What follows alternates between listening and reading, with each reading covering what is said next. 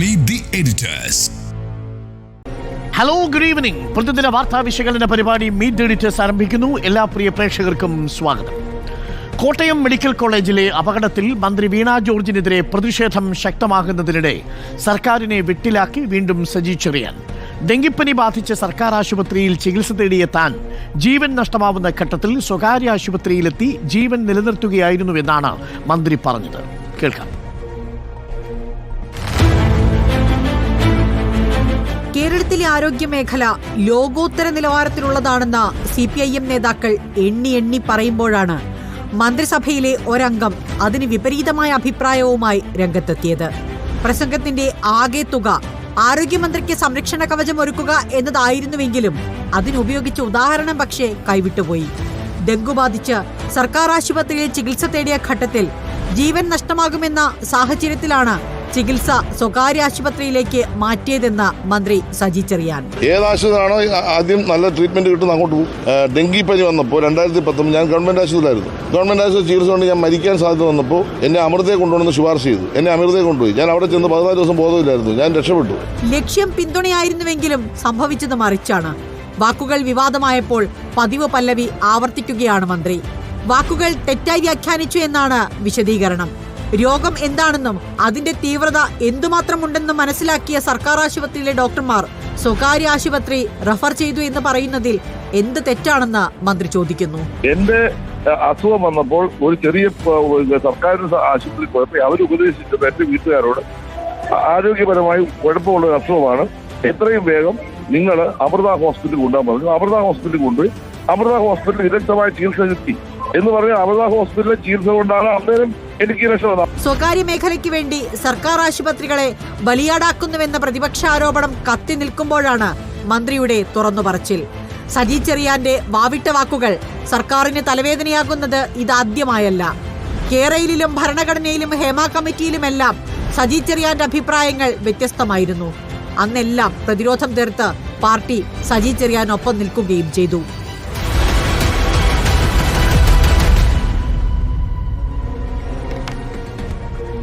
മന്ത്രി സജി ചെറിയാൻ സത്യം പറഞ്ഞോ എന്നാണ് ചോദ്യം.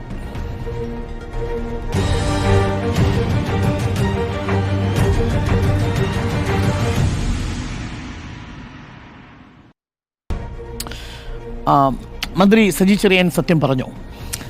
വളരെ സത്യസന്ധമായി അദ്ദേഹം പ്രതികരിച്ചാണ്. സാധാരണക്കാരൻ്റെ പ്രതികരണമായിട്ട് അദ്ദേഹം സാധാരണക്കാരൻ്റെ ശബ്ദത്തിലാണ് അദ്ദേഹം സംസാരിക്കാറ്. ആ രൂപത്തിൽ പറഞ്ഞു പോയതാണ്. അല്ലാതെ സർക്കാരിനെ വെട്ടിലാക്കാനോ അല്ലെങ്കിൽ മന്ത്രി വീണ ജോർജിന് ഒരു കുഴപ്പമാകട്ടെ എന്ന് ഉദ്ദേശിച്ച് പറഞ്ഞതല്ല. പക്ഷേ അദ്ദേഹം പറഞ്ഞു വരുമ്പോൾ പറഞ്ഞ ഒരു കാര്യം എന്നുള്ളത്, അദ്ദേഹത്തിന് ഗവൺമെൻറ് ആശുപത്രിയിൽ ഡെങ്കി വന്നപ്പോൾ അദ്ദേഹം ചികിത്സിക്കാൻ പോയി. അവിടെ കൊണ്ടുപോയപ്പോൾ അവിടുത്തെ ചികിത്സയിൽ മരണത്തിലേക്ക് എത്തുകയായിരുന്നു. സാഹചര്യമുണ്ടായി. അപ്പോൾ സ്വകാര്യ ആശുപത്രിയിലേക്ക് റെഫർ ചെയ്യുന്നു. അങ്ങനെ അമൃതയിൽ പോയി 14 ദിവസം കിടന്നു, ബോധമില്ലാതെ കിടന്നു. അവിടെ നിന്ന് രക്ഷപ്പെട്ടു എന്നുള്ളതാണ് അദ്ദേഹം പറഞ്ഞു. അവസാനം അദ്ദേഹം പറയുന്നത് സാധാരണക്കാരനെ ആശ്രയിക്കുന്ന പൊതുജനാരോഗ്യ മേഖല തകർക്കാൻ ഗൂഢാലോചന നടക്കുന്നു എന്നാണ് പറയുന്നത്. അപ്പോൾ ഒരു വൈരുദ്ധ്യമുണ്ട്. അദ്ദേഹം പറയുന്ന ഒരു കാര്യം ശരിയാണ്. എല്ലാ സൗകര്യങ്ങളും ഇപ്പോൾ മെഡിക്കൽ കോളേജിൽ ഉണ്ടാകണമെന്നില്ല. ഒരു വലിയ ഗുരുതരാവസ്ഥയിൽ കിടന്നിരുന്ന അദ്ദേഹത്തെ സ്വകാര്യ ആശുപത്രിയിലേക്ക് കൊണ്ടുപോകാൻ അവിടുത്തെ ഡോക്ടർമാർ തന്നെ പറയുന്നു. അദ്ദേഹത്തിന് അമൃത ആശുപത്രിയിൽ ചികിത്സ തേടാൻ പറ്റുന്നു, 14 ദിവസം അവിടെ കിടക്കാൻ പറ്റുന്നു എന്ന് പറയുമ്പോൾ ഒരു സാധാരണക്കാരൻ അങ്ങനെ ഒരു ചോയ്സ് ഉണ്ടോ, ഒരു പാവപ്പെട്ടവന് അങ്ങനെ ഒരു ചോയ്സ് ഉണ്ടോ എന്നൊരു ചോദ്യം തിരിച്ചു വരാം. അങ്ങനെ ചോദ്യം തിരിച്ചു വരുന്ന രൂപത്തിലേക്ക് അദ്ദേഹം ഇപ്പോൾ പ്രതികരിക്കേണ്ട കാര്യമുണ്ടായിരുന്നില്ല. യഥാർത്ഥത്തിൽ ഇന്നുണ്ടായ തെരുവിലെ സമരങ്ങൾ, എല്ലാ ജില്ലകളിലും നടന്ന UDFിൻ്റെയും BJPയുടെയും പ്രതിഷേധ സമരങ്ങൾ, അത് നല്ല സംഘർഷഭരിതമായ സമരം തന്നെയായിരുന്നു. ആ സമരവുമായി ബന്ധപ്പെട്ട ചോദ്യത്തിനോട് പ്രതികരിക്കുമ്പോഴാണ് അദ്ദേഹം ചികിത്സ തേടി സ്വകാര്യ ആശുപത്രിയിൽ ചികിത്സ തേടിയതിനെക്കുറിച്ചും അങ്ങനെ അദ്ദേഹത്തിന് ജീവൻ തിരിച്ചു കിട്ടിയതിനെക്കുറിച്ചും പറയുന്നത്. അപ്പോൾ എന്തൊരു വൈരുദ്ധ്യമാണെന്ന് സ്വാഭാവികമായൊരു ചോദ്യം വരും. ആ വൈരുദ്ധ്യം അവിടെ നിൽക്കുകയാണ്. കാരണം ഇത് തുടക്കം മുതൽ തന്നെ ഈ കെട്ടിടം വീണ് ഒരു സ്ത്രീ മരിക്കാനുണ്ടായ സംഭവം തൊട്ട് മുതൽ തന്നെ മന്ത്രിമാർ ആ ഘട്ടത്തിൽ പ്രതികരിക്കേണ്ട രീതിയിലാണോ പ്രതികരിച്ചത്? അങ്ങനെ പ്രതികരിക്കാതെ അവിടെ നിന്നും വേഗത്തിൽ രക്ഷാപ്രവർത്തനം നടക്കാതിരുന്നത് ചോദ്യം ഉന്നയിക്കപ്പെടുന്നുണ്ട്. ആ ചോദ്യം ഉന്നയിക്കുന്ന ഘട്ടം മുതൽ തന്നെ പറയുന്നത് എന്താണ്? ഈ സമരങ്ങളും പ്രതിപക്ഷത്തെ സ്വാഭാവികമായും ഭരണപക്ഷം ഈ തിരിച്ച് അതേ രൂപത്തിൽ തന്നെ അതേ നാണയത്തിൽ മറുപടി നൽകും. ആ നാണയത്തിലുള്ള മറുപടി എന്ന് പറയുന്നത് സ്വകാര്യ മേഖലയെ രക്ഷിക്കാൻ, സ്വകാര്യ മേഖലയ്ക്ക് വേണ്ടിയിട്ടുള്ള ഗൂഢാലോചന എന്നുള്ളതാണ്. ആ ഗൂഢാലോചന എന്ന് പറയുന്നു അത് പ്രതിപക്ഷത്തിന് മാത്രമല്ല മാധ്യമങ്ങൾക്കും അത്തരത്തിലുള്ള ഗൂഢാലോചനയുണ്ടെന്ന് നിരന്തരമായി പാർട്ടി മുഖപത്രം പറഞ്ഞുകൊണ്ടേയിരിക്കുകയാണ്. അപ്പോൾ ഇന്നും ആ തരത്തിലുള്ള പ്രതികരണങ്ങൾ വരുന്നു. അപ്പോൾ അങ്ങനെ ഒരു ഗൂഢാലോചന നടക്കുന്നു എന്ന് പറയുന്നിടത്താണ് അവിടെയാണ് തനിക്ക് ജീവൻ തിരിച്ചു കിട്ടിയതെന്ന് മന്ത്രി പറയുന്നത്. അതിനൊരു വൈരുദ്ധ്യമുണ്ടല്ലോ. അപ്പോൾ അങ്ങനെ ഒരു കാര്യം. പിന്നെ ഈ സ്വകാര്യ മേഖലയിലെ സ്വകാര്യ ആശുപത്രികൾക്ക് വേണ്ടിയിട്ട് ഒരു പ്രത്യേക പ്രവർത്തനം ഇവിടെ നടന്നുകൊണ്ടിരിക്കുക. ഈ സമരങ്ങളൊക്കെ സ്വകാര്യ ആശുപത്രികളിലേക്ക് സഹായിക്കാനാണോ യഥാർത്ഥത്തിൽ? വീണ ജോർജ് രാജിവെക്കണം എന്ന ഒറ്റ ഉദ്ദേശത്തിൽ പ്രതിപക്ഷം സമരം ചെയ്യുന്നതിൽ രാഷ്ട്രീയമുണ്ട്. ഉറപ്പായിട്ടും പ്രതിപക്ഷത്തിന് അതിൻ്റെതായ രാഷ്ട്രീയമുണ്ട്. അവർക്ക് കിട്ടിയിരിക്കുന്ന ഒരു വിഷയമാണ്. ആ വിഷയം അവർ യഥാർത്ഥത്തിൽ അവർ ഉപയോഗിക്കുകയാണ് ചെയ്യുന്നത്. അതിലപ്പുറം ആ വിഷയത്തിൻ്റെ യഥാർത്ഥത്തിലുള്ള പ്രശ്നങ്ങളിലേക്ക് സർക്കാർ കടക്കുന്നുണ്ടോ എന്നുള്ളതാണ് ചോദ്യം. ഈ ഒരു കെട്ടിടം വീഴുന്നു, അപ്പുറത്തത് ഒരു വലിയ കെട്ടിടം മുഴുവൻ സൗകര്യങ്ങളോടുകൂടി നിർമ്മിച്ചു കഴിഞ്ഞിരിക്കുന്നു എന്ന് ഇടയ്ക്കിടയ്ക്ക് മേനി പറയുകയാണ്. അത് പറയാം, അത് ആ കെട്ടിടം നിർമ്മിച്ച് വളരെ വേഗത്തിൽ തന്നെ അതിലേക്ക് ഈ രോഗികളെ മുഴുവൻ മാറ്റുകയും അവിടേക്ക് ഓപ്പറേഷൻ മാറ്റുകയും ചെയ്തതെങ്കിൽ അത് പറയാമായിരുന്നു. ആ പഴയ കെട്ടിടം അപകടാവസ്ഥയിൽ അവിടെ തുടരുകയും അതിൽ 3 വാർഡുകൾ ഉണ്ടാകുകയും അതിൽ ഓപ്പറേഷൻ തിയേറ്ററുകൾ ഉണ്ടാകുകയും അത് പ്രവർത്തിക്കുകയും ചെയ്ത ഘട്ടത്തിലാണ് അതിലൊരു ഭാഗം അടർന്നു വീഴുന്നത്. ഭാഗ്യത്തിന് അത് മുഴുവൻ വീണില്ല. അത് ഭാഗ്യത്തിന് വീണില്ല എന്ന് മാത്രമേ ഉള്ളൂ. അതിനുശേഷം നമ്മൾ തന്നെ എത്ര ലൈവത്തോൺ നടത്തി, എത്ര കെട്ടിടങ്ങളുടെ ശോചനീയാവസ്ഥ നമ്മൾ കാണുന്നു. ശോചനീയാവസ്ഥയിൽ അപകടാവസ്ഥ കാണുന്നു. അപ്പോൾ അങ്ങനെ എപ്പോഴും വീഴാറാവുന്ന ഒരു അവസ്ഥയിൽ അവിടെ കെട്ടിടം കിടക്കുകയാണ്. ഇനി ഇതിലൊക്കെ എത്രത്തോളം വേഗം കാര്യങ്ങളിൽ ഉണ്ടാകും എന്നുള്ളതാണ്. ഒരു വശത്ത് പ്രതിപക്ഷത്തിനും മാധ്യമങ്ങൾക്കും മറുപടി നൽകിക്കൊണ്ട് ഒരു അജണ്ട സെറ്റ് ചെയ്യുകയാണെന്ന രൂപത്തിൽ ആരോഗ്യമന്ത്രി ഒരു സ്ത്രീ ആയതുകൊണ്ട് സ്ത്രീക്കെതിരായ വേട്ട എന്ന രൂപത്തിലൊക്കെ അതിനെ വ്യാഖ്യാനിച്ചുകൊണ്ട് ഒരു നറേറ്റീവ് കൊണ്ടുവരുന്നുണ്ട്. അപ്പുറത്ത് എത്രത്തോളം അതിൽ കറക്റ്റീവ് മെഷേഴ്സ് നടക്കുന്നു എന്നുള്ള കാര്യമുണ്ടല്ലോ. അപ്പോൾ ഇന്നിപ്പോൾ കളക്ടർ റിപ്പോർട്ട് നൽകുന്നുണ്ട്. ആദ്യ റിപ്പോർട്ട് നൽകുന്നു. ആ റിപ്പോർട്ട് എന്ന് പറയുന്നത് ബിന്ദുവിൻ്റെ കുടുംബം സാമ്പത്തികമായി അവരുടെ അവസ്ഥ എന്താണ്, അപ്പോൾ അവർക്ക് കൊടുക്കേണ്ട സഹായവുമായി ബന്ധപ്പെട്ട കണക്കുകൾ എത്ര കൊടുക്കേണ്ടി വരും എന്നതിൻ്റെ ഒരു ഏകദേശ രൂപമായിട്ടുള്ള ഒരു റിപ്പോർട്ടാണ് കളക്ടർ നൽകുന്നത്. പക്ഷേ കെട്ടിടം വീണതുമായി ബന്ധപ്പെട്ട് ഒരു റിപ്പോർട്ട് നൽകുമല്ലോ. ആ റിപ്പോർട്ട് എപ്പോൾ നൽകും? അതിന് വേഗം ഉണ്ടാകുമോ? ആ റിപ്പോർട്ട് ബാക്കി എല്ലാവർക്കും കാണാവുന്ന രൂപത്തിൽ അത് പുറത്തേക്ക് പ്രസിദ്ധീകരിക്കുമോ എന്നാണ് അറിയേണ്ടത്. കോഴിക്കോട് മെഡിക്കൽ കോളേജിൽ ഈ തീപിടുത്തമുണ്ടായ ഘട്ടത്തിൽ അതിൻ്റെ റിപ്പോർട്ടും പുറത്തേക്ക് ആരും കണ്ടിട്ടില്ല. അതിലൊരു അനാസ്ഥയുടെ പ്രശ്നമുണ്ടോ എന്ന് നമ്മൾക്കറിയില്ല. അപ്പോൾ അങ്ങനെ പുറത്തേക്ക് പറയുന്ന രൂപത്തിലേക്ക് അത് അങ്ങനെ പ്രവർത്തിക്കുമോ എന്നാണ് അറിയേണ്ടത്. സർക്കാർ ഇപ്പോൾ മുഴുവൻ സമയവും ഉണ്ടാകുന്ന പിഴവുകളുടെ ഘട്ടത്തിൽ ഉടനെ നേട്ടങ്ങളുടെ പട്ടിക നിരത്തുകയും കഴിഞ്ഞ സർക്കാരുകളുടെ കണക്കുകൾ നിരത്തുകയാണ് ചെയ്യുന്നത്. അതൊരു യഥാർത്ഥത്തിലുള്ള മറുപടിയല്ല. അത് നിങ്ങൾക്ക് പ്രതിപക്ഷത്തിനോട് പറഞ്ഞു നിൽക്കാം, മാധ്യമങ്ങളോട് വേണമെങ്കിൽ ഒരു വാക്തർക്കത്തിൽ ഏർപ്പെട്ട് അത് പറഞ്ഞു നിൽക്കാം. പക്ഷേ ജനങ്ങളോട് അത് പറയാൻ പറ്റില്ല. കാരണം ജനങ്ങൾ സാധാരണക്കാരായ പാവപ്പെട്ട രോഗികൾ ആശ്രയിക്കുന്ന ആശുപത്രികളാണ്. സ്വകാര്യ ആശുപത്രികളിൽ പോയി ചികിത്സിക്കാൻ പറ്റാത്തവരാണ്. അമൃത ആശുപത്രിയിൽ പോയി 14 ദിവസം കടക്കാൻ കഴിവില്ലാത്തവരാണ്. ഡെങ്കിപ്പനി വന്നാലും അതിനൊരു സാധ്യതയില്ലാത്ത രോഗികൾ കൂടിയാണല്ലോ ഇത് കേൾക്കുന്നത്. അങ്ങനെ ആ ജനങ്ങളോട് കൂടി റെപ്രസെൻറ്റ് ചെയ്തിട്ട് വേണം ഈ മറുപടികൾ പറയാൻ എന്നുള്ളതാണ്. വീണ ജോർജ് രാജിവെക്കണമെന്ന ആവശ്യമൊന്നും ഞാൻ ഈ ഘട്ടത്തിലൊന്നും പറയുന്നില്ല. വീണ ജോർജിൻ്റെ ഭാഗത്ത് പിഴവുകളുണ്ടായിട്ടുള്ള പിഴവുകൾ നമ്മൾ ചൂണ്ടിക്കാണിച്ചിട്ടുണ്ട്, നമ്മൾ ചർച്ച ചെയ്തിട്ടുമുണ്ട്. ആദ്യ ദിവസത്തെ പ്രതികരണമായിരുന്നു ആ പിഴവ്. അത് ഇനിയുള്ള ഘട്ടങ്ങളിൽ ഇത്തരം അപകടങ്ങൾ ഉണ്ടാകുമ്പോൾ എങ്ങനെ പ്രതികരിക്കണം എന്നതിൻ്റെ ഒരു പാഠമാവുകയാണ്. ആ പാഠം ഉൾക്കൊള്ളുക എന്നുള്ളതാണ് സർക്കാരിനെ സംബന്ധിച്ച് ഏറ്റവും പ്രധാനപ്പെട്ട കാര്യം. ആ പാഠം ഉൾക്കൊള്ളുന്ന രൂപത്തിലാണോ ഈ നിമിഷം വരെയും വരുന്ന പ്രതികരണങ്ങൾ എന്നുള്ളതാണ് നമുക്ക് മുന്നിലെ ഏറ്റവും പ്രധാനപ്പെട്ട ചോദ്യം. അതിൽ ധാർഷ്ട്യത്തിൻ്റെയും ഈ പ്രതികാരം രൂപത്തിലുള്ള മറുപടികളും കൊണ്ട് എന്ത് ഗുണമാണ് ഉണ്ടാകുക? അത് ജനം അംഗീകരിക്കുകയോ എന്ന് സർക്കാരാണ് പരിശോധിക്കേണ്ടത്. ഓക്കെ, മന്ത്രി സത്യം പറഞ്ഞോ എന്നാണ് ചോദ്യം. ആന്റോ അഗസ്റ്റിൻ, മന്ത്രി പറഞ്ഞത് സത്യമാണോ? കേരളത്തിലെ മന്ത്രിമാർക്ക് സത്യം പറയാൻ പറ്റാത്ത അവസ്ഥയായി എന്നുള്ളതാണ് സത്യം. ഒരു കാര്യവും പറയാൻ പറ്റുന്നില്ല. എല്ലാം വാർത്തയോട് വാർത്തയാണ്. എന്താ അദ്ദേഹം പറഞ്ഞത്? എത്ര നിസ്സാരമായി ഒരു ചെറിയ വാർത്തയായി പോകേണ്ട ഒരു കാര്യമാണ് എന്നാണ് ഞാൻ വിശ്വസിക്കുന്നത്. ഒന്നാമത്തെ കാര്യം എന്ന് പറയുന്നത്, അദ്ദേഹത്തിന് ഡെങ്കിപ്പനി മൂർച്ഛിച്ചു. അദ്ദേഹത്തെ സ്വകാര്യ ആശുപത്രിയിലേക്ക് കൊണ്ടുപോയില്ലല്ലോ. എവിടേക്കാണ് കൊണ്ടുപോയത്? ഈ പറഞ്ഞ ഗവൺമെൻറ് ഹോസ്പിറ്റലിലേക്ക് കൊണ്ടുപോയി. ഗവൺമെൻറ് ഹോസ്പിറ്റലിൽ പോയി ചികിത്സിച്ച സമയത്ത് അദ്ദേഹത്തെ അമൃത ഹോസ്പിറ്റലിലേക്ക് കൊണ്ടുവരാൻ പറയുന്നു. അദ്ദേഹത്തെ അമൃത ഹോസ്പിറ്റലിൽ കൊണ്ടുവരുന്നു. അവിടെ ചികിത്സിച്ച് രോഗം ഭേദമായി എന്നുള്ളതാണ്. കേരളത്തിലും ഇന്ത്യയിലുമുള്ള എല്ലാ രാഷ്ട്രീയക്കാരും അല്ലെങ്കിൽ അങ്ങനെയുള്ള എല്ലാവരും സ്വകാര്യ ഹോസ്പിറ്റലിൽ മാത്രം ആശ്രയിച്ചിട്ടാണോ ജീവിക്കുന്നത്? അവർക്ക് ഓരോ സ്ഥലത്തും ഓരോ സ്പെസിഫിക് ഡോക്ടർമാരുണ്ടാവും. ആ ഡോക്ടർമാരെ കണ്ടെത്തി. ഇപ്പോൾ ഞാൻ നേരത്തെ പറഞ്ഞിട്ടുള്ളതാണ്, എന്നെ വിംസ് ഹോസ്പിറ്റലിൽ നിന്നാണ് ഒരു പ്രാവശ്യം വെല്ലൂർ ഹോസ്പിറ്റലിലേക്ക് കൊണ്ടുപോയത്. 2 സ്വകാര്യ ഹോസ്പിറ്റലാണ്. അങ്ങനെയാണെങ്കിൽ ഒരു സ്വകാര്യ ഹോസ്പിറ്റലാണല്ലോ കിടക്കുന്നത്, അവിടുന്ന് വെല്ലൂരേക്ക് കൊണ്ടുപോകേണ്ട കാര്യമില്ലല്ലോ. എനിക്കൊരു അസുഖം വന്നപ്പം അതവിടെ വിദഗ്ധ ചികിത്സ നടക്കുന്ന സ്ഥലം വെല്ലൂരാണ്. അപ്പോൾ അങ്ങോട്ട് കൊണ്ടുപോയി എന്നുള്ളതാണ്. ഇത്രയും ഇതിനെ കാണേണ്ട കാര്യമുള്ളൂ. കേരളത്തിലെ അദ്ദേഹം പറഞ്ഞ പ്രാധാന്യം എന്താണ് അത് മനസ്സിലാക്കുന്നില്ല. അതിൻ്റെ പ്രാധാന്യം ഇത്രയേ ഉള്ളൂ. വൻകിട കുത്തകകൾ US-ലും UK-ലും GCC കൺട്രീസിലുള്ള 10, 5,000, 10,000 കോടി രൂപ ആസ്തിയുള്ള വൻകിട കുത്തകൾ ഇവിടുത്തെ സ്വകാര്യ ഹോസ്പിറ്റൽ എങ്ങനെയാണ്? ഇൻഡിവിജ്വൽ നടത്തുന്ന സ്വകാര്യ ഹോസ്പിറ്റലുകളാണ്. ഇപ്പോൾ എല്ലാ ജില്ലകളും നോക്കി അറിയാം, ഒത്തിരി സ്വകാര്യ ഹോസ്പിറ്റലുകളുണ്ട്. ആ സ്വകാര്യ ഹോസ്പിറ്റൽ എന്ത് ചെയ്യുന്നു? വൻ വിലയ്ക്ക് വാങ്ങിയിട്ട് ഇതെന്ത് ചെയ്യും, വലിയ കോർപ്പറേറ്റ് വൽക്കരിക്കുകയാണ്. ചെറിയ ഹോസ്പിറ്റലാണ്, ചെറിയ ഏരിയയിൽ കൂടെ. ഇപ്പോൾ എറണാകുളം ജില്ലയിൽ നോക്കിയറിയാം, തിരുവനന്തപുരം ജില്ലയിൽ നോക്കിയറിയാം. ഈ ഹോസ്പിറ്റലെല്ലാം 100, 200, 250 ബെഡുള്ള ഹോസ്പിറ്റലുകളാണ്. ആ 200, 250 ബെഡിൻ്റെ ഹോസ്പിറ്റലിൽ അദ്ദേഹം ഒരു ഡോക്ടറായിരിക്കും, അദ്ദേഹത്തിൻ്റെ വൈഫ് ഡോക്ടറായിരിക്കും, അദ്ദേഹത്തിൻ്റെ മക്കൾ ഡോക്ടറായിരിക്കും. ഇവരെല്ലാം കൂടി നടത്തി കൊണ്ടുപോകുന്നൊരു ഒരു ഹോസ്പിറ്റലായിരിക്കും. ഈ ഹോസ്പിറ്റലുകളെ എന്ത് ചെയ്യും, വൻ വിലയ്ക്ക് വാങ്ങുകയാണ്. ഈ വൻ വിലയ്ക്ക് വാങ്ങുമ്പോൾ എന്ത് സംഭവിക്കുന്നു പറഞ്ഞാൽ, ഈ വൻ വില എന്ന് പറയുന്നത് ഇതിൽ നിന്ന് ഒരിക്കലും മുതലാക്കിയെടുക്കാൻ പറ്റില്ല എന്ന് സാധാരണ ഡോക്ടർമാർക്ക് മുഴുവൻ അറിയാം. പക്ഷേ എന്താണ്, അവർ ഉദ്ദേശിക്കുന്നതിനേക്കാളും വലിയ എമൗണ്ടിന് വാങ്ങുകയാണ്. വാങ്ങിയിട്ട് ഇതിന് ചെയിനായി. ഇപ്പം ചില ഹോസ്പിറ്റലുകൾ നോക്കിയറിയാം, തിരുവനന്തപുരം തുടങ്ങി കാസർഗോഡ് വരെ 10-15 ഹോസ്പിറ്റലാണ്. ഈ ചെയിൻ എന്ന് പറയുന്നത് വലിയ കമ്പനികളാണ്. 10-50,000, 1 ലക്ഷം കോടി ടേൺ ഓവറുള്ള കമ്പനികളാണ്. ഇവരെന്തിനാണ് ഈ 1000 കോടിക്കും 1200 കോടിക്കും 1500 കോടിക്കും ഓരോ ഹോസ്പിറ്റൽ വാങ്ങുന്നത്? ഈ ഹോസ്പിറ്റൽ വരുമാനം എങ്ങനെയാണ് അവർക്ക് കിട്ടുക? അവർ ഉദ്ദേശിക്കുന്നത് എന്താണ്, അവിടുത്തെ ഈ ഒരു ചികിത്സാ സമ്പ്രദായത്തെ തകർക്കുക എന്ന് ഉദ്ദേശിച്ചുകൊണ്ടാണ്. ഇത് ഒറ്റ കുടക്കയിലായാലുള്ള അവസ്ഥ ഒന്ന് ആലോചിച്ച് നോക്കിക്കേ. ഒറ്റ കുടക്കയിൽ എന്ന് പറഞ്ഞാൽ അവർ നിശ്ചയിക്കുന്ന എമൗണ്ട് ആവും, അവർ നിശ്ചയിക്കുന്ന കൺസൾട്ടേഷൻ ഫീ ആവും, അവർ നിശ്ചയിക്കുന്ന ടെസ്റ്റിംഗ് ഫീ ആവും, അവർ നിശ്ചയിക്കുന്ന ഡോക്ടർമാരുടെ ശമ്പളമാവും. ഇതോടുകൂടി ഈ ആരോഗ്യ മേഖല തകരും. ഈ തകർന്നതിനെയാണ് അദ്ദേഹം പറഞ്ഞത് എന്ത്, വൻകിട കുത്തകൾ വന്ന് കേരളത്തിലെ സ്വകാര്യ മേഖലകളെ സ്വാധീനിക്കുന്നു, അതിന് പ്രതിപക്ഷ പാർട്ടികൾ കൂട്ടുനിൽക്കുന്നുണ്ടോ എന്നുള്ള കാര്യം സംശയമുണ്ട് അല്ല പറയട്ടെ. അപ്പോൾ അതാണ് അദ്ദേഹം പറഞ്ഞ കാര്യം.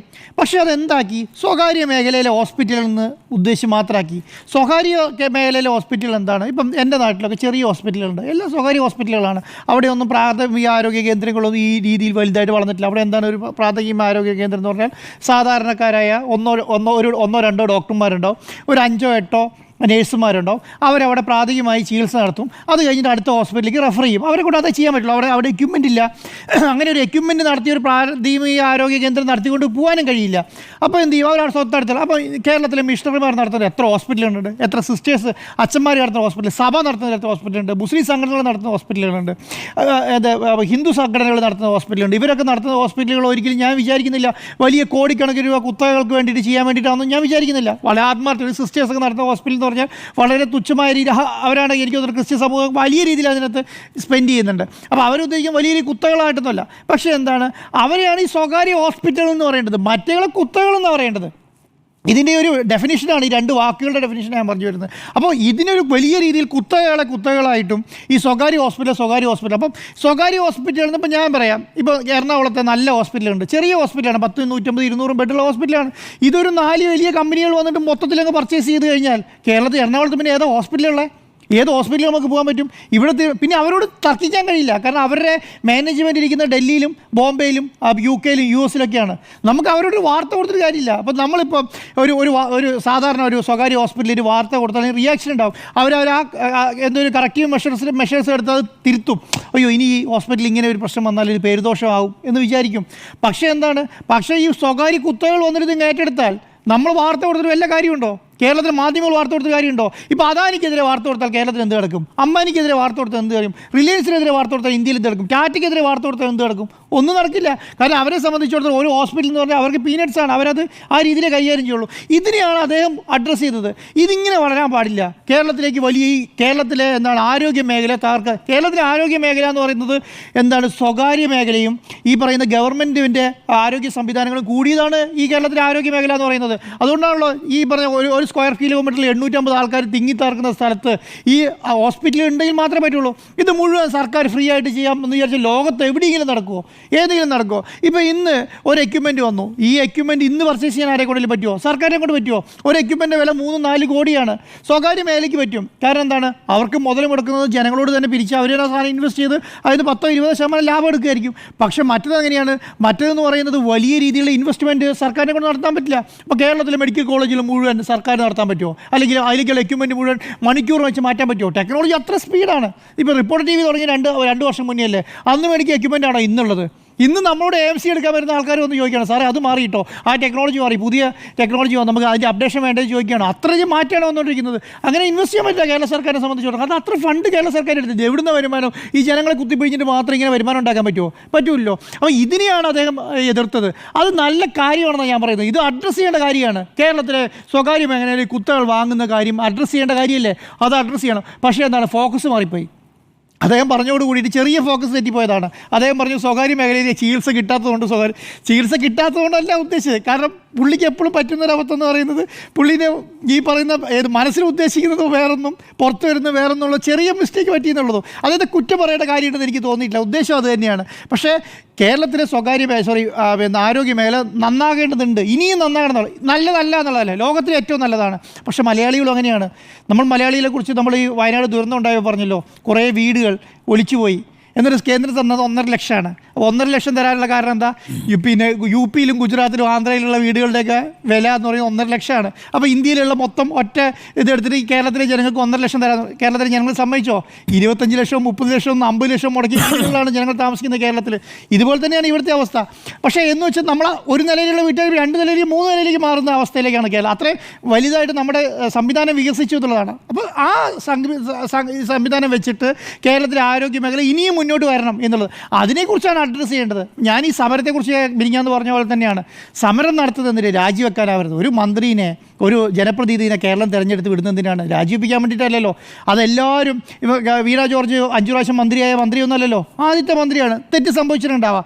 പക്ഷേ അത് അഡ്രസ്സ് ചെയ്യേണ്ടത് ഇവിടുത്തെ കേരളത്തിലെ മാധ്യമങ്ങളും പ്രതിപക്ഷ പാർട്ടികളുമാണ്. പക്ഷേ അത് അവഹേളനത്തിലേക്ക് മാറരുതെന്നുള്ളതാണ്. ഇപ്പോഴും സജി ചെറിയാൻ്റെ കാര്യത്തിൽ അതാണ് പറയുന്നത്, അവഹേളനത്തിലേക്ക് മാറേണ്ട കാര്യം. അതിന് തെറ്റുപറ്റി, അദ്ദേഹം പറഞ്ഞു. അത് കഴിഞ്ഞ് ഒരു 10 മിനിറ്റ് 20 മിനിറ്റിനുള്ളിൽ റിപ്പോർട്ടർ ടിവിൻ്റെ പിന്നെന്താണ് ടെലിയിൽ വന്നിട്ട് അദ്ദേഹം പറഞ്ഞല്ലോ, ഞാൻ ഇതാണ് പറയാൻ ഉദ്ദേശിച്ചത്. അത് വാർത്തയാവില്ല. അത് വാർത്തയായി കഴിഞ്ഞിട്ടുണ്ടെങ്കിൽ ആ വാർത്ത അല്ലാതായി മാറും എന്നുള്ളതാണ്. അപ്പം കേരളത്തെ സംബന്ധിച്ചിടത്തോളം ഇത്രയേ ഉള്ളൂ. കേരളത്തെ ആരോഗ്യ മേഖല ഇനിയും വളരണം. പക്ഷേ ഇതുപോലെയുള്ള കുപ്തകൾക്ക് വേണ്ടിയിട്ട് വിട്ടുതുറക്കുന്ന ഒരു സംസ്ഥാനമായി കേരളം മാറരുത് എന്നുള്ളതാണ് എൻ്റെ അഭിപ്രായം. സുജയിലേക്ക് എത്തിയാൽ, സുജയ, സജി ചെറിയാൻ പറഞ്ഞിട്ട് നമ്മൾ കേട്ടു. സജി ചെറിയാൻ സത്യം പറഞ്ഞോ എന്നതാണ് ചോദ്യം. സജി ചെറിയാൻ കള്ളം പറയുന്ന ഒരാളാണെന്നുള്ള അഭിപ്രായം എനിക്കില്ല. അദ്ദേഹം നേരത്തെയും പല കാര്യങ്ങളിലും സത്യം പറഞ്ഞിട്ടുണ്ട്, അതൊക്കെ വിവാദമാവുകയും ചെയ്തിട്ടുണ്ട്. അതൊക്കെ അദ്ദേഹത്തിൻ്റെ സത്യങ്ങളാണ്. പക്ഷേ ഈ വിഷയത്തിൽ അദ്ദേഹത്തിന് അങ്ങനെ നാവുപിഴ പറ്റിയെന്നൊന്നും ന്യായീകരിക്കാൻ അദ്ദേഹം തയ്യാറായിട്ടില്ല. മാത്രമല്ല, അദ്ദേഹത്തിൻ്റെ സ്വന്തം അനുഭവമാണ്, വ്യക്തിപരമായ ഒരു അനുഭവത്തിൽ സജി ചെറിയാനെ പോലെയുള്ള ഒരു ചെങ്ങന്നൂരുകാരൻ കള്ളം പറയേണ്ട കാര്യമില്ല. അങ്ങനെ കള്ളം പറഞ്ഞിട്ടില്ല എന്നതാണ് അദ്ദേഹത്തെക്കുറിച്ചിട്ടുള്ള എൻ്റെ വ്യക്തിപരമായ ബോധ്യവും. ഇവിടെ ഡെങ്കിപ്പനി ബാധിച്ച് അദ്ദേഹം അബോധാവസ്ഥയിൽ ചെങ്ങന്നൂരിലെ ഒരു സർക്കാർ ആശുപത്രിയിലാണ് 2019 അഡ്മിറ്റ് ആയത്. അവിടെ നിന്ന് അദ്ദേഹത്തിനെ രക്ഷിക്കുന്നതിനായി റെഫർ ചെയ്തത് സ്വകാര്യ ആശുപത്രിയിലേക്കാണ്. അപ്പോൾ സർക്കാർ ആശുപത്രിയിൽ നിന്ന് റെഫർ ചെയ്യേണ്ടത് ഗവൺമെന്റ് മെഡിക്കൽ കോളേജിലേക്കാണോ സ്വകാര്യ ആശുപത്രിയിലേക്കാണോ എന്നുള്ളത് ഈ പ്രാഥമികാരോഗ്യ കേന്ദ്രം മുതലുള്ള നമ്മുടെ ആശുപത്രി സംവിധാനങ്ങളിൽ എടുക്കേണ്ട ഒരു തീരുമാനമാണ്. ആ തീരുമാനം എന്തായാലും അന്ന് അദ്ദേഹം MLA ആണ്, മന്ത്രിയല്ല.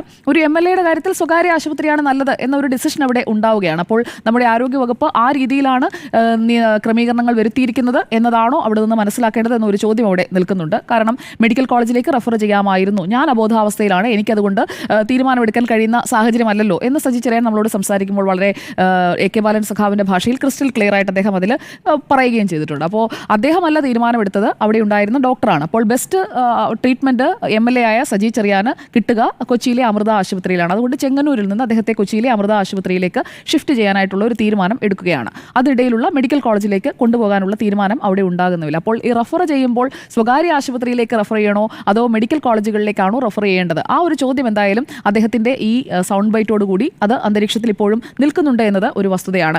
ഏതെങ്കിലും ചികിത്സാ സംവിധാനം മോശമാണ് എന്ന് പറയാൻ അങ്ങനെ പറഞ്ഞതല്ല എന്നാണ് ഞാൻ കരുതുന്നത്. കാരണം ഇപ്പോൾ സർക്കാർ ആരോഗ്യ മേഖലയാകെ മോശമായി കിടക്കുകയാണ് എന്ന് ഇടത് സർക്കാരിൻ്റെ ഭാഗമായ മന്ത്രിയായ സജി ചെറിയാൻ സ്വപ്നത്തിൽ പോലും വിചാരിച്ചിട്ടുണ്ടാകില്ല അങ്ങനെയാണ് ഞാൻ പറഞ്ഞത് വ്യാഖ്യാനിക്കപ്പെടുക എന്ന്. അദ്ദേഹത്തിൻ്റെ പ്രതികരണത്തിൽ നിന്ന് മനസ്സിലായതും അതാണ്. 14 ദിവസം അദ്ദേഹത്തിന് ബോധമില്ലായിരുന്നു എന്നതാണ് അദ്ദേഹം പറയുന്നത്.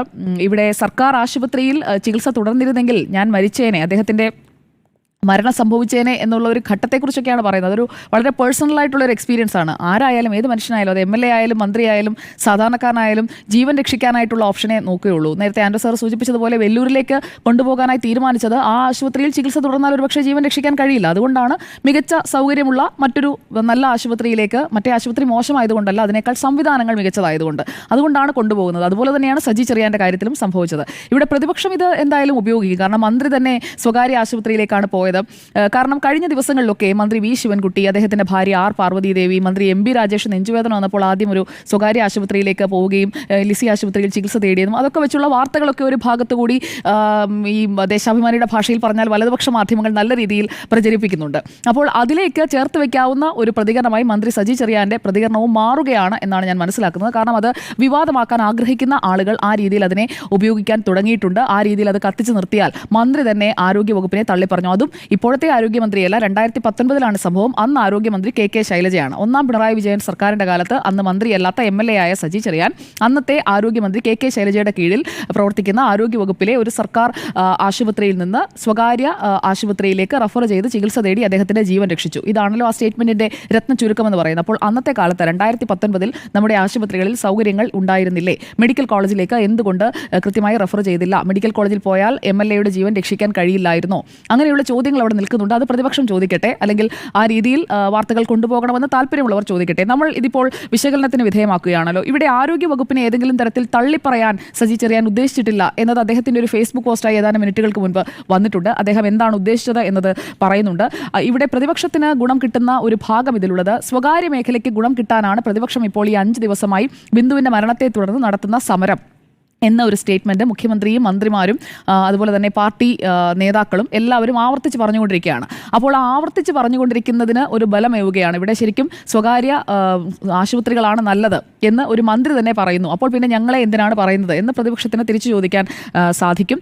ഇവിടെ പാർട്ടി ജനറൽ സെക്രട്ടറി MA ബേബിയും കഴിഞ്ഞ ദിവസം പറഞ്ഞിരുന്നു, കേരളത്തിലെ ആരോഗ്യമേഖല മികച്ചതെങ്കിലും പ്രശ്നങ്ങളുണ്ട്. അതാണ് MA ബേബിയുടെ സ്റ്റേറ്റ്മെന്റ്. അപ്പോൾ ആ പ്രശ്നങ്ങളിൽ ഒന്നാണോ ഒരു MLA ചികിത്സ തേടുമ്പോൾ ആ ആശുപത്രിയിൽ അദ്ദേഹത്തിന്റെ ജീവൻ രക്ഷിക്കാൻ സാധിക്കാത്ത ഒരു സാഹചര്യമുണ്ട്? സ്വകാര്യ ആശുപത്രിയിൽ പോയാലേ അദ്ദേഹത്തിന് ബാധിച്ചത് ഡെങ്കു ഫീവറാണ്. അപ്പോൾ ഡെങ്കു ഫീവറിനുള്ള അതെന്ന് പറഞ്ഞു കഴിഞ്ഞാൽ ഈ പകർച്ചപ്പനികളിൽ അല്ലെങ്കിൽ ഈ ഗുരുതരാവസ്ഥയിലേക്ക് അപൂർവം ഘട്ടങ്ങളിലാണ് ഡെങ്കു ഫീവർ പോകുന്നത്. അപ്പോൾ ആ ഗുരുതരാവസ്ഥയിലേക്ക് ഒരു ഡെങ്കു ഫീവർ ബാധിച്ച ഒരു രോഗി പോയാൽ അയാളെ രക്ഷിക്കാനുള്ള സംവിധാനങ്ങൾ നമ്മുടെ സർക്കാർ ആശുപത്രികളിൽ ഇല്ലേ എന്നുള്ള ഒരു ചോദ്യമാണ്. കാരണം ക്യാൻസർ പോലെയുള്ള മറ്റ് അസുഖങ്ങളല്ല, അങ്ങനെയുള്ള സ്പെഷ്യലൈസ്ഡ് ട്രീറ്റ്മെന്റ്സ് അല്ല. ഡെങ്കു ഫീവർ വളരെ കോമൺ ആയി ആ ഒരു കാലഘട്ടത്തിലൊക്കെ ഒരുപാട് പേർക്ക് വന്നതാണ്.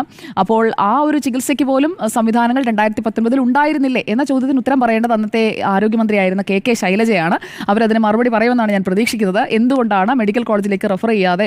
ഈ ഒരു കൺഫ്യൂഷൻ തീർക്കണമല്ലോ. പ്രതിപക്ഷം ഈ വിഷയം നാളെ എന്തായാലും സമരത്തിൽ ഉന്നയിക്കുമെന്നുള്ളത് ഉറപ്പാണ്. ഇവിടെ എൻ്റെ അഭിപ്രായം, കേരളം ഒരു മെഡിക്കൽ ഹബ്ബായി മാറണമെങ്കിൽ കേരളത്തിൽ അമൃത ആശുപത്രിയും വേണം, മെഡിക്കൽ കോളേജും വേണം.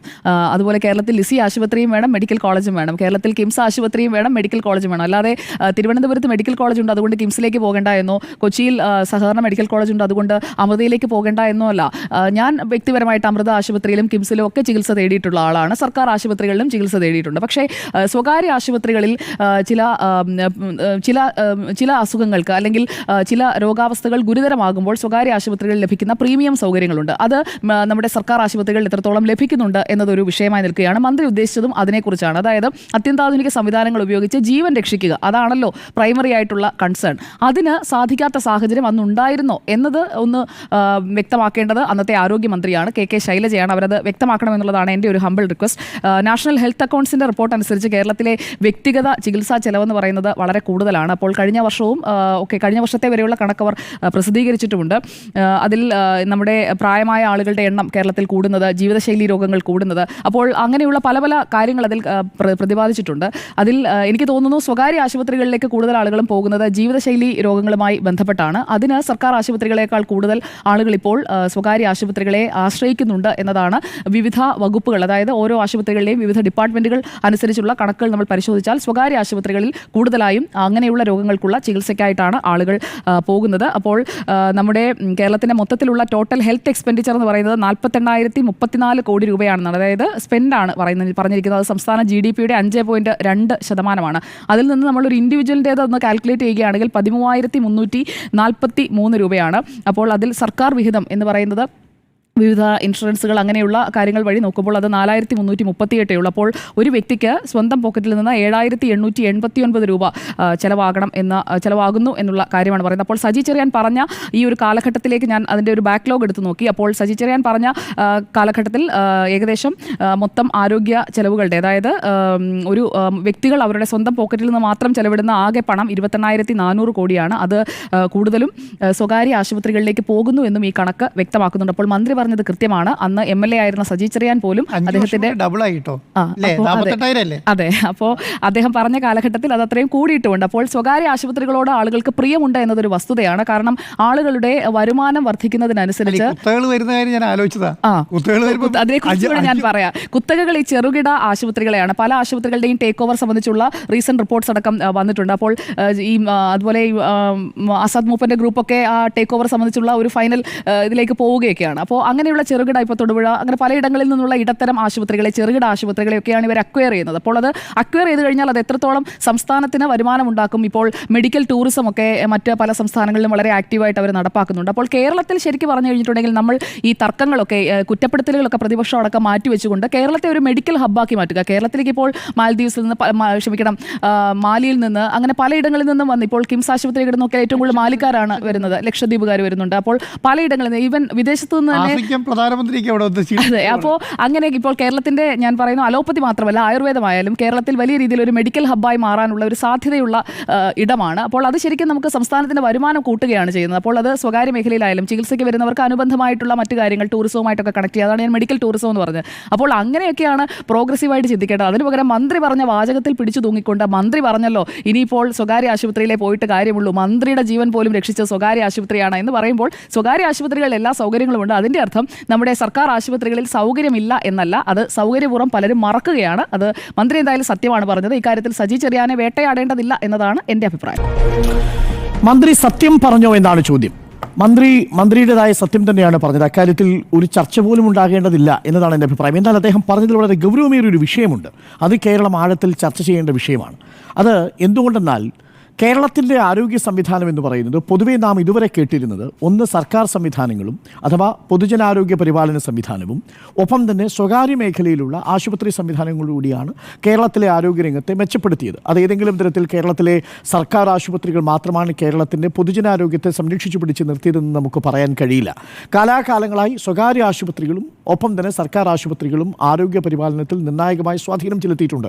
ഏറ്റവും ഒടുവിലുള്ള കണക്കുകൾ പോലും പറയുന്നത് നമ്മുടെ ഔട്ട് ഓഫ് പോക്കറ്റ് എക്സ്പെൻഡിച്ചർ എന്ന് പറയുന്നത് നമുക്ക് ഗണ്യമായ നിലയിൽ കുറയ്ക്കാൻ സാധിച്ചിട്ടുണ്ട് സ്വകാര്യ ആശുപത്രികളെ ആശ്രയിക്കുന്നതിൽ നിന്ന്. ഇപ്പോൾ അത് 76% നിന്ന് 59% നമ്മൾ കുറച്ചിട്ടുണ്ട്. പക്ഷേ ഇപ്പോഴും 59% നിങ്ങൾ സ്വകാര്യ മേഖലയിലെ ആശുപത്രി സംവിധാനങ്ങൾക്ക് വേണ്ടിയാണ് ചെലവാക്കുന്നത് എന്നതാണ് യാഥാർത്ഥ്യം. ഇതാണ് അതിൻ്റെ ഫാക്ട്. ഇനി എന്താണ് ചർച്ച ചെയ്യപ്പെടേണ്ടിയിരുന്നത്? എന്താണ് ചർച്ച ചെയ്യാതെ വിവാദമാക്കിയത്? അക്കാര്യം നമ്മൾ പ്രത്യേകം ശ്രദ്ധിക്കണം. ചർച്ചയാക്കിയത് എന്താണ് മന്ത്രി പറഞ്ഞത്? മന്ത്രി പറഞ്ഞതിൽ വെർബാറ്റം ഞാൻ എഴുതിയെടുത്തിട്ടുണ്ട്. അതിൽ ഒട്ടേറെ കാര്യങ്ങൾ അദ്ദേഹം പറഞ്ഞു വരുന്നുണ്ട്. അതിൽ പ്രധാനപ്പെട്ട ചില ഭാഗങ്ങൾ മാത്രം പറയാം. അത് ചർച്ചയ്ക്ക് വേണ്ടിയാണ്. ഒന്ന്, കേരളത്തിലെ ആരോഗ്യമേഖല തകർന്നോ? വളരുകയല്ലേ ചെയ്യുന്നത്?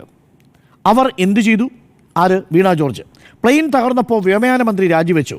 വെന്റിലേറ്ററിലാണ് എന്നത് ആരെ സുഖിപ്പിക്കാനാണ് പറയുന്നത്? യഥാർത്ഥത്തിൽ സജി ചെറിയൻ പറഞ്ഞതിൻ്റെ ക്രക്സ് കിടക്കുന്നത് ഇവിടെയാണ്.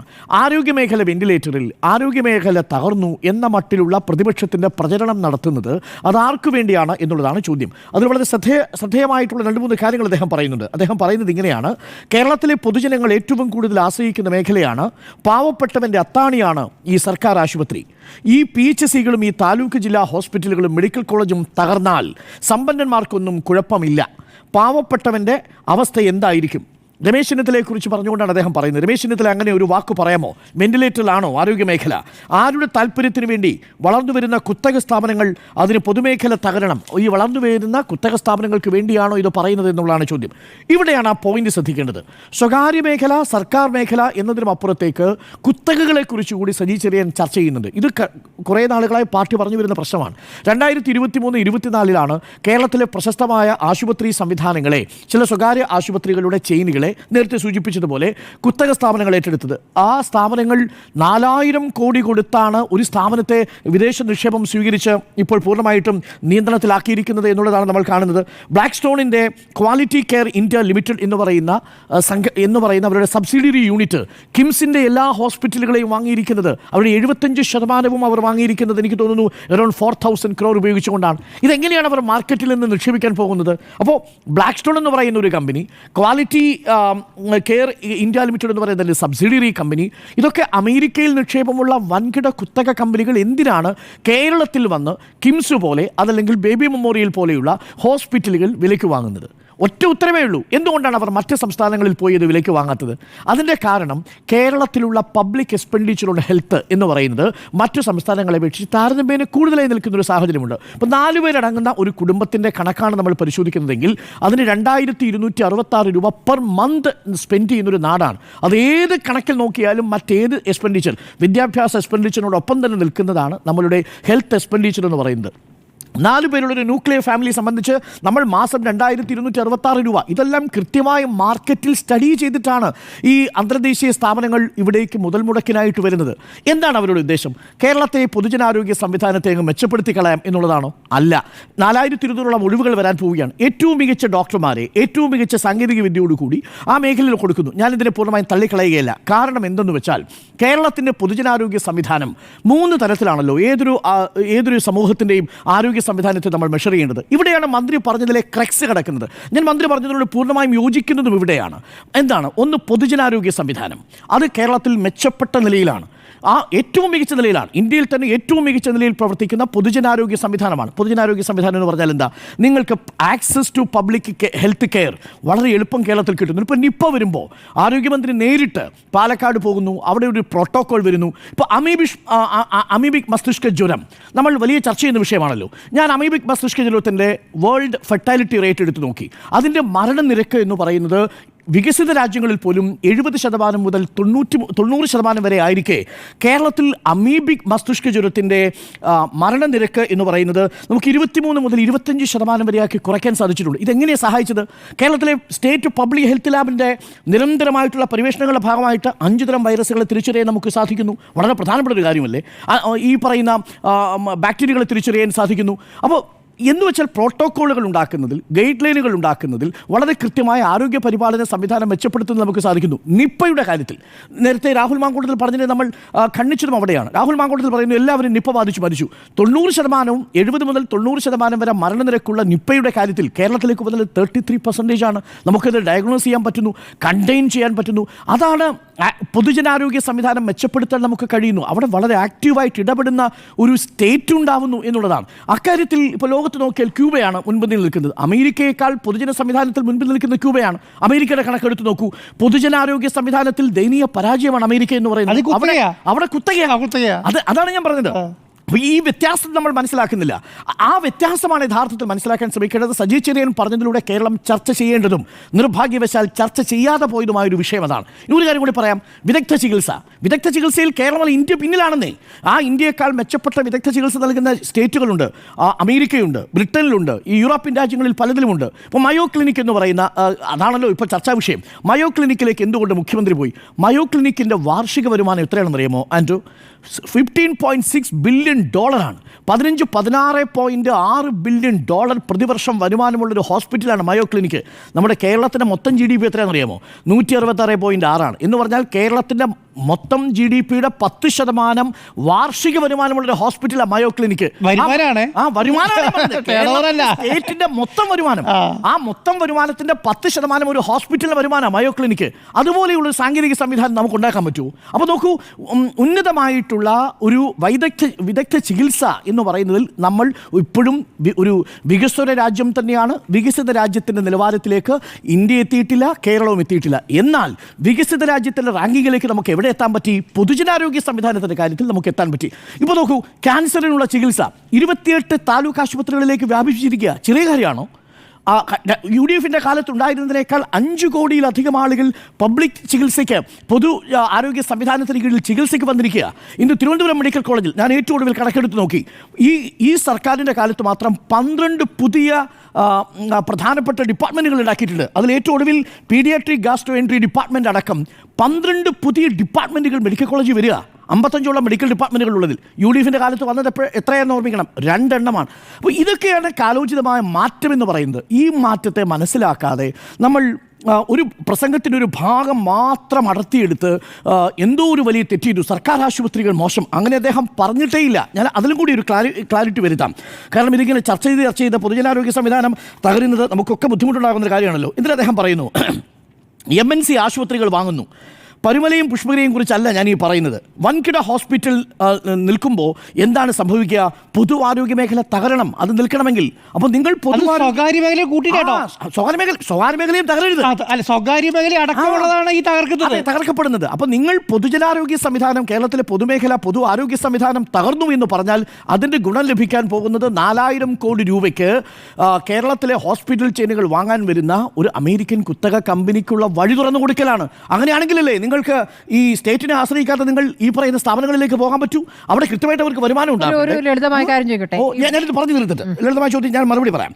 സ്വകാര്യ ആശുപത്രിയിൽ എല്ലാവരും പോകുമല്ലോ, സ്വാഭാവികമല്ലേ? നമ്മുടെ ആരോഗ്യ സംവിധാനം അങ്ങനെയല്ലേ? സർക്കാർ ആശുപത്രിയിലും പോകും, സ്വകാര്യ ആശുപത്രിയിലും പോകും. മെഡിക്കൽ കോളേജിൽ പോകുന്ന എത്രയോ മന്ത്രിമാരുണ്ട്. ഞാൻ പോകുന്നത് മെഡിക്കൽ കോളേജിലാണല്ലോ എന്ന് പറയുന്നത് സജി ചെറിയാൻ ആ ബൈറ്റിലുണ്ട്. ആ ബൈറ്റിൽ പലപ്പോഴും നമ്മൾ കാണുന്നില്ല. ഇനി എന്തിനു പറയുന്നൊരു ഭാഗം കൂടെയുണ്ട്. സ്വകാര്യ ആശുപത്രിയിൽ പോകും, ആദ്യം നല്ല ട്രീറ്റ്മെൻറ്റ് എവിടെ കിട്ടുന്നോ അവിടെ പോകുന്നു. ഞാൻ ഡെങ്കിപ്പനി വന്ന് കിടന്നപ്പോൾ 2019 ഗവൺമെൻറ് ആശുപത്രിയിലായിരുന്നു. ഗവൺമെൻറ് ആശുപത്രിയിൽ കിടന്ന് മരിക്കാവുന്നൊരു സാഹചര്യം വരുമ്പോൾ അമൃത കൊണ്ടുപോകാനായിട്ട് എന്നെ ശുപാർശ ചെയ്തു. 14 ദിവസം ബോധമില്ലാതെ കിടന്നു, രക്ഷപ്പെട്ടു. അമൃത ഹോസ്പിറ്റൽ മോശമാണോ? അതൊരു സ്വകാര്യ ആശുപത്രിയാണ്. ഡെങ്കിപ്പനിയുടെയും നിപ്പയുടെയും രക്ഷപ്പെട്ടു. കാര്യം എന്താ? നിങ്ങൾ വെന്റിലേറ്ററിൽ കിടക്കുന്ന ഒരു രോഗിയെ നിങ്ങൾ ട്രീറ്റ് ചെയ്യുന്ന സമയത്ത് ആ ഡോക്ടർ നിങ്ങളോട് ചോദിക്കും എവിടെ കൊണ്ടുപോകണം. ബന്ധുക്കളോട് ചോദിക്കും. ഇപ്പം നമ്മളോട് ചോദിക്കുക എവിടെ കൊണ്ടുപോകണം എന്ന് ചോദിച്ചാൽ Kottayam medical college, Thiruvananthapuram medical college, Amrita, KIMS. എന്തുകൊണ്ടാണ് കിംസിൽ കൊണ്ടുപോകുന്നത്? വിദഗ്ധ ചികിത്സ നൽകാൻ കഴിയുന്ന സാങ്കേതിക സംവിധാനം അവിടെയുണ്ട്. എന്ന് വെച്ചാൽ തിരുവനന്തപുരം മെഡിക്കൽ കോളേജ് മോശമാണെന്നാണോ? അല്ല. ഞാനതാണ് ഇന്നലെ കോട്ടയത്തിലെ കാര്യം എണ്ണി പറഞ്ഞത്. ഇന്ത്യയിൽ തന്നെ ടെസ്റ്റ് ട്യൂബ് ശിശുക്കളുടെ കാര്യത്തിൽ കേരളത്തിൽ ഏറ്റവും ആദ്യം ടെസ്റ്റ് ട്യൂബ് ശിശു പിറന്ന ഒരു ഹോസ്പിറ്റലാണ്. ഓപ്പൺ ഹാർട്ട് സർജറിക്ക് റെക്കോർഡിട്ടൊരു മെഡിക്കൽ കോളേജാണ്. അപ്പോൾ അവിടെ മികച്ച ചികിത്സ ലഭ്യമാകുന്നില്ല എന്നല്ല, സ്വകാര്യ ആശുപത്രികളിലും അത്തരം സംവിധാനം കേരളത്തിൽ വളരെ ശക്തമാണ്. എന്നാൽ എല്ലാ ഹോസ്പിറ്റലുകളിലും കിംസിൻ്റെയോ അമൃതയുടെയോ തരത്തിലുള്ള സാങ്കേതിക സംവിധാനങ്ങളില്ല.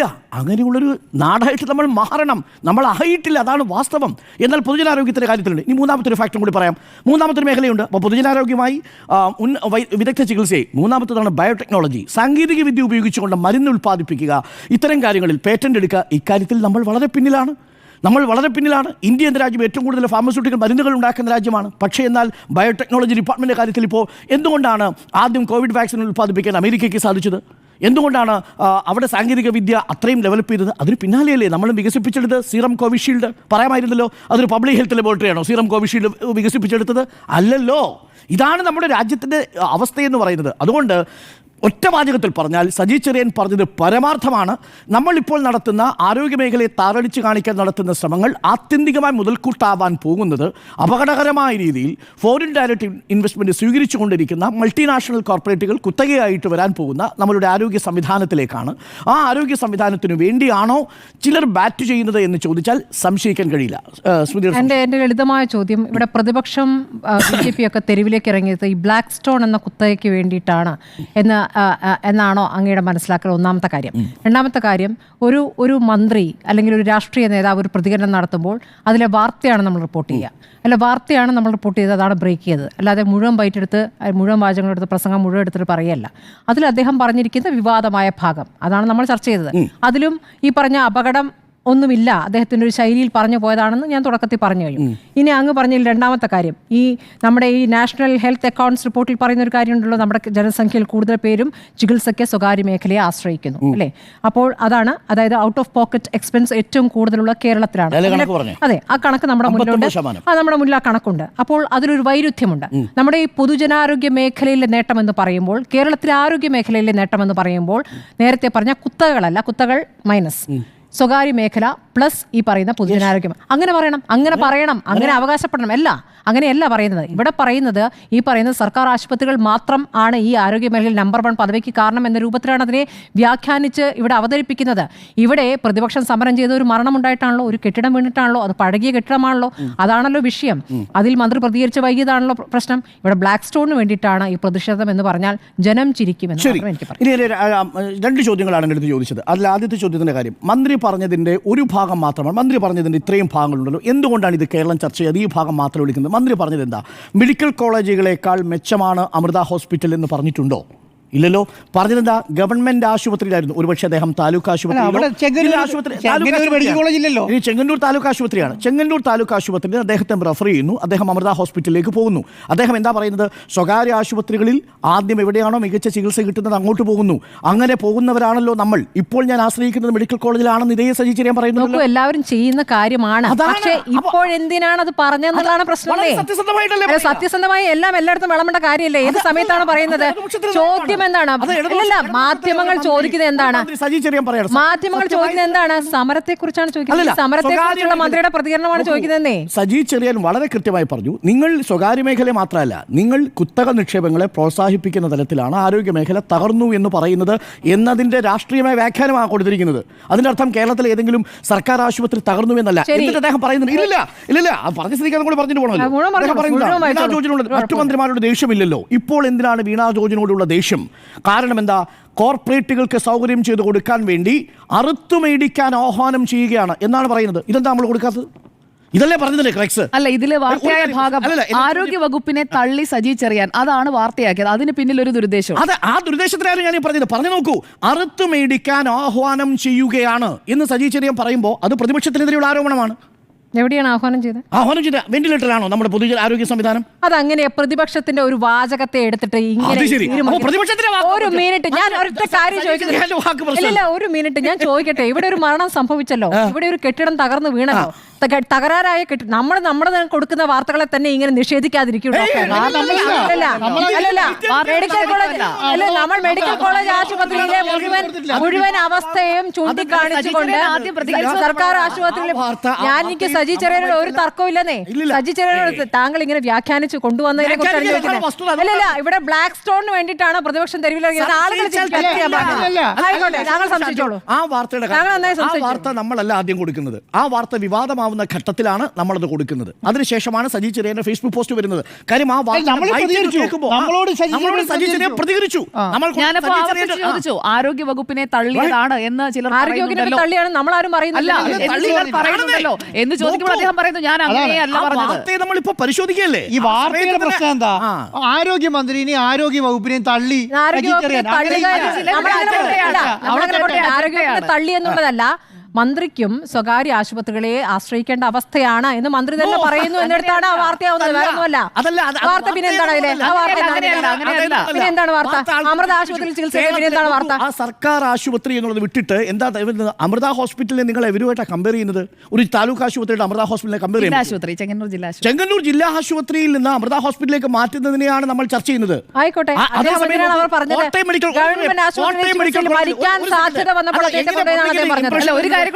മെഡിക്കൽ കോളേജിലും തിരുവനന്തപുരം മെഡിക്കൽ കോളേജിലും കോഴിക്കോട് മെഡിക്കൽ കോളേജിലും ഈ സംവിധാനം നോക്കൂ. ഡെങ്കിപ്പനി വരുന്ന സമയത്ത്, നിപ്പ വരുന്ന സമയത്ത്, കോവിഡ് വരുന്ന സമയത്ത് എല്ലാവിധ മെഡിക്കൽ ഫെസിലിറ്റി നമ്മൾ ഉപയോഗിച്ചിട്ടുണ്ട്. അതിനെ പ്രതിപക്ഷം അതിനോട് നല്ലൊരു ഉദാഹരണം പറയാം. ഈ നമ്മുടെ കോവിഡ് വരുന്ന സമയത്ത്, നിപ്പ വരുന്ന സമയത്ത് അത് ആദ്യമായിട്ട് കണ്ടെത്തിയാരെന്നറിയോ? ഒരു സ്വകാര്യ ഹോസ്പിറ്റൽ ഡോക്ടർ അല്ലേ? അനൂപ് ഡോക്ടറാണ് സ്വകാര്യ. അതെന്ന് പറയുന്നത് സർക്കാർ കണ്ടെത്തിയല്ലോ. അതാണ് കേരളത്തിലെ ആരോഗ്യ മേഖല. അതാണ് അത് സമ്മതിച്ചാൽ മതി. ഞങ്ങളുടെ ചേർന്നാണെന്ന് സമ്മതിച്ചാൽ മതി. എല്ലാവരും ചേർന്നിട്ടാണ് നമ്പർ 1 ആവുന്നത്. സമ്മതിച്ചാൽ മതി. വേണ്ടത് എനിക്ക് വേണ്ടത് എന്നൊന്നുമില്ല. ഞാൻ അങ്ങയോട് സംശയമാണ് ചോദിച്ചത്. അല്ല, അവിടെ ആ സംശയത്തിലാണ് മറുപടി പറയുന്നത്. സ്വകാര്യ ആശുപത്രി സംവിധാനത്തെ കേരളത്തിലെ മെഡിക്കൽ സംവിധാനം എപ്പോഴെങ്കിലും ഗവൺമെന്റ് എപ്പോഴെങ്കിലും തള്ളി പറഞ്ഞിട്ടുണ്ടോ? അല്ല, ഗവൺമെന്റ് ഇപ്പോൾ തള്ളി പറഞ്ഞുകൊണ്ടിരിക്കുന്നത്. തള്ളി പറയല്ല, ഗവൺമെന്റ് ഇപ്പോൾ പറഞ്ഞിരിക്കുന്നത് ഗവൺമെന്റ് മേഖലയിലെ നേട്ടമാണ് മുഴുവൻ ഈ നമ്പർ 1 നേട്ടം എന്നാണ് പറഞ്ഞുകൊണ്ടിരിക്കുന്നത്. പൊതുജനാരോഗ്യ സംവിധാനത്തിൽ, ഇവിടുത്തെ ആരോഗ്യ സംവിധാനത്തിൽ, നിങ്ങളുടെ പ്രൈമറി ഹെൽത്ത് കെയർ ആക്സസിൽ, നിങ്ങളുടെ കോവിഡ് പ്രതിരോധ പ്രവർത്തനങ്ങളിൽ സ്വകാര്യ ആശുപത്രികളെക്കാൾ നിങ്ങളിങ്ങനെ ഓരോരോ ഉദാഹരണം ആയിക്കോട്ടെ. കോവിഡൊക്കെ വന്നു, കോവിഡിന്റെ കാര്യത്തിലൊക്കെ ഉള്ള കണക്കുകളൊക്കെ പിന്നീട് വന്നു. അതൊക്കെ പോട്ടെ, അതിൽ ചർച്ചയിലേക്ക് ഔട്ട് ഓഫ് പോക്കറ്റ് എക്സ്പെൻസ് എവിടെയാണ്? ഔട്ട് ഓഫ് പോക്കറ്റ് എക്സ്പെൻസ് അതവിടെ ഒന്ന് നിൽക്കുന്നത്. രണ്ടാമത്തെ ഡോക്ടർ ഹാരിസ് ചൂണ്ടിക്കാണിച്ച കാര്യം പറയട്ടെ. ഡോക്ടർ ഹാരിസ് ചൂണ്ടിക്കാണിച്ച കാര്യം, ഇപ്പോൾ ആരോഗ്യ മേഖല, ഈ പൊതുജനാരോഗ്യ മേഖലയെ ആശ്രയിക്കുന്നവർക്കും മെഡിക്കൽ കോളേജുകളെ ആശ്രയിക്കുന്നവർക്കും എന്താണ് സംഭവിക്കുന്നത്? ചികിത്സയ്ക്ക് എക്യുപ്മെന്റ്സ് വാങ്ങാൻ പണം പിരിച്ച് പുറത്തുനിന്ന് സാധനങ്ങൾ മേടിക്കേണ്ടി വരുന്നല്ലോ. അപ്പോൾ അവിടെയും പുറത്തേക്ക് പോവുകയാണല്ലോ മണി, അല്ലേ? അപ്പോൾ ഈ രണ്ടും കൂടെ ചേർത്ത് കൂട്ടി വേണം പരിശോധിക്കാൻ. ഈ പിഴവുകൾ അത് തിരുത്തിയാൽ മതിയെന്നേ. ഉടനെ അത് വേറെ ആരെയോ സഹായിക്കാനാണ്. ഔട്ട് ഓഫ് പോക്കറ്റ് എക്സ്പെൻഡിച്ചറിന്റെ കാര്യം പറഞ്ഞല്ലോ. 2012-13 76%, ഒരാൾ 100 രൂപ മുടക്കിയാൽ ഒരാളുടെ 76 രൂപയും പോകുന്നത് സ്വകാര്യ ആശുപത്രിയിലേക്കായിരുന്നു. ഇപ്പം LDF സർക്കാരിൻ്റെ കാലത്ത് 100 രൂപയിൽ 59 രൂപ മാത്രമാണ് സ്വകാര്യ ആശുപത്രിയിലേക്ക് പോകുന്നത്. എന്തുകൊണ്ടാണ്? വെന്റിലേറ്ററിലായതുകൊണ്ടാണോ? ഞാൻ ഈ പ്രതിപക്ഷത്തിന്റെ വാചകം എടുത്ത് അതിൽ ചർച്ച ചെയ്യാനല്ല ഇരിക്കുന്നത്. അല്ല, ഞാൻ അതല്ല ഞാൻ- പറഞ്ഞത്. ഞാൻ പറഞ്ഞത് ഞാൻ അതിന്റെ വക്താവുമല്ല. എന്നോട് ഞാൻ വെന്റിലേറ്റർ എക്സ്പെൻഡിച്ചർ ഉന്നയിച്ചത് ഔട്ട് ഓഫ് പോക്കറ്റ് അതാണ് ഞാൻ എക്സ്പെൻഡിച്ചർ ആണ് ചോദിച്ചത്. കൂടുതലാണല്ലോ. ഇതിവിടെ എവിടെ വന്ന് ഞാൻ എടുത്ത കണക്കാണോ അത്? താങ്കളും അത് പറഞ്ഞില്ലേ? അതാ കണക്കായി അല്ല, ആ കണക്ക് അവിടെ നിൽക്കുമ്പോൾ doctor Arun out of pocket expenditure അവിടെ നടക്കുമ്പോൾ സ്വകാര്യ മേഖലയിൽ ഏറ്റവും കൂടുതൽ ചെലവഴിക്കുന്നത് കേരളത്തിലാണ് എന്നുള്ള കണക്ക് അവിടെ നിൽക്കുമ്പോൾ നോക്കൂ. ഇല്ല, അത് പറയുമ്പോൾ സർക്കാർ ആശുപത്രികളുടേത് മാത്രമാണ് നേട്ടമെന്ന് പറയാൻ പറ്റില്ല എന്നാണ് പറയുന്നത്. ഇനി സ്വകാര്യ മേഖലയിലേക്ക് എല്ലാവർക്കും പോകാൻ പറ്റില്ല എന്നൊരു യാഥാർത്ഥ്യം കൂടിയുണ്ട്. അല്പം പണമുള്ളവർ അവിടെയാണ് ആശ്രയിക്കുന്നത്. അല്പമെങ്കിലും പണമുള്ളവർ അവിടെയാണ് ആശ്രയിക്കുന്നത് എന്നൊരു യാഥാർത്ഥ്യം അവിടെ നിൽക്കുകയാണ്. ഇപ്പോഴത്തെ ഒരു പ്രശ്നം എന്താ അറിയോ? ഇപ്പോഴത്തെ ഒരു പ്രശ്നം എന്ന് പറയുന്നത് കേരളത്തിലെ ആവറേജ് എന്ന് പറഞ്ഞാൽ 20,000 രൂപയ്ക്ക് മേലെ ശമ്പളം മേടിക്കുന്ന എല്ലാവർക്കും ആരോഗ്യ ഇൻഷുറൻസ് ഉണ്ട്. ഇപ്പോൾ എന്താ സംഭവിക്കുന്നത്? ഈ സ്വകാര്യ മേഖലയിൽ ഇത്ര എന്താ സംഭവം എന്നറിയോ? ഈ പറയുന്ന കുത്തുകളൊക്കെ കേരളത്തിൽ വന്ന് ഹോസ്പിറ്റലിൽ മേടിക്കുന്നത് എന്തിനാണെന്നറിയോ? എല്ലാവരും ഇപ്പം ഞാൻ പറയാം, നിങ്ങളോട് ചോദിക്കും. ഞാൻ ഇന്നലെ അരുൺ സാറോട് നേരത്തെ സംസാരിക്കുകയായിരുന്നു. ഒറ്റ കാര്യമുള്ളൂ, എന്താണ്, നിങ്ങൾ ഒരു ഹോസ്പിറ്റലിൽ പോയി അഡ്മിറ്റായി, ഒരു റൂം എടുത്തു, അതിൻ്റെ അത് AC ഉള്ള റൂം, AC ഇല്ലാത്ത റൂം, അതായത് ബൈസ്റ്റാൻഡർക്ക് കിടക്കാൻ ബെഡുള്ള റൂം, ഇതിനൊക്കെ ഓരോ റൈറ്റാണ്. ഒരു മിനിറ്റ്, അത് കഴിഞ്ഞിട്ട് AC ഉള്ള റൂമും പിന്നെ ഒരു VIP റൂമും എടുത്താൽ എത്രയാണെന്നറിയോ? ഈ ചികിത്സാ എമൗണ്ട് മുഴുവൻ ഡബിൾ ആവും. എന്നിട്ട് എന്ത് ചെയ്യും? അത് ടോട്ടലി അതെങ്ങനെയാവുക? റൂമിന് വില കൂടി റൂമിന് വില കൂടാൻ പറ്റുള്ളൂ. അത് മുഴുവൻ കൂടെ അതെങ്ങനെ ആരാ കൊടുക്കുന്നത്? ഇൻഷുർ കമ്പനിയോട് ക്ലെയിം ചെയ്യും. തോന്നുമ്പോൾ എത്ര കോടിക്കണക്കിന് ടേൺ ഓവറാ. അപ്പോൾ അത്രയിലേക്ക് എത്തും. അപ്പോൾ ഇതെല്ലാം കൂടി പറയണ്ട. ഞാൻ പറയുന്നത് എന്തറിയോ, നിങ്ങളുടെ സാധാരണ നാട്ടിൽ ഒരു 25 അല്ലെങ്കിൽ 50 ബെഡുള്ള ഒരു സ്വകാര്യ ഹോസ്പിറ്റൽ എടുക്കുക. അവിടെ ഈ കുത്തക നടക്കുന്നുണ്ടോ? അവിടെ ഈ പറഞ്ഞ കൊള്ള നടക്കുന്നുണ്ടോ? എന്നാൽ നമുക്കിതൊക്കെ പറയാം. കൊള്ള നടക്കുന്നതെന്നറിയോ? 4,000 കോടിക്കും 3,500 കോടിക്കും 2,500 കോടിക്കും ബൈ ചെയ്തിട്ട് അവിടെയാണ് ഈ കൊള്ള നടക്കുന്നത്. അവിടുത്തെ വാർത്ത പുറത്തു വിട്ടിട്ടും കാര്യമില്ല എന്നാണ് ഞാൻ പറയുന്നത്. അവിടുത്തെ വാർത്ത പുറത്തു വിട്ടിട്ട് കാര്യമുണ്ടോ? പക്ഷേ എന്താണ്, ആരോഗ്യ മേഖല എന്ന് പറയുന്നത് സാധാരണക്കാരും ഈ പറഞ്ഞ ചെറുകിട ഹോസ്പിറ്റലുകളൊക്കെ ചേർന്ന ആരോഗ്യ മേഖലയാണ്. പക്ഷെ അതിനെ നമ്മൾ കുത്തക ഏതാണ്, സ്വകാര്യ മേഖല ഏതാണ് തിരിച്ചറിഞ്ഞ് പറഞ്ഞാൽ മതി. കറക്റ്റ്. അപ്പോൾ മന്ത്രി സത്യം പറഞ്ഞു എന്നാണ് ചോദ്യം. മന്ത്രി പറഞ്ഞത് സത്യം തന്നെയാണ് എന്നാണ് 4 പേരുടെയും അഭിപ്രായം.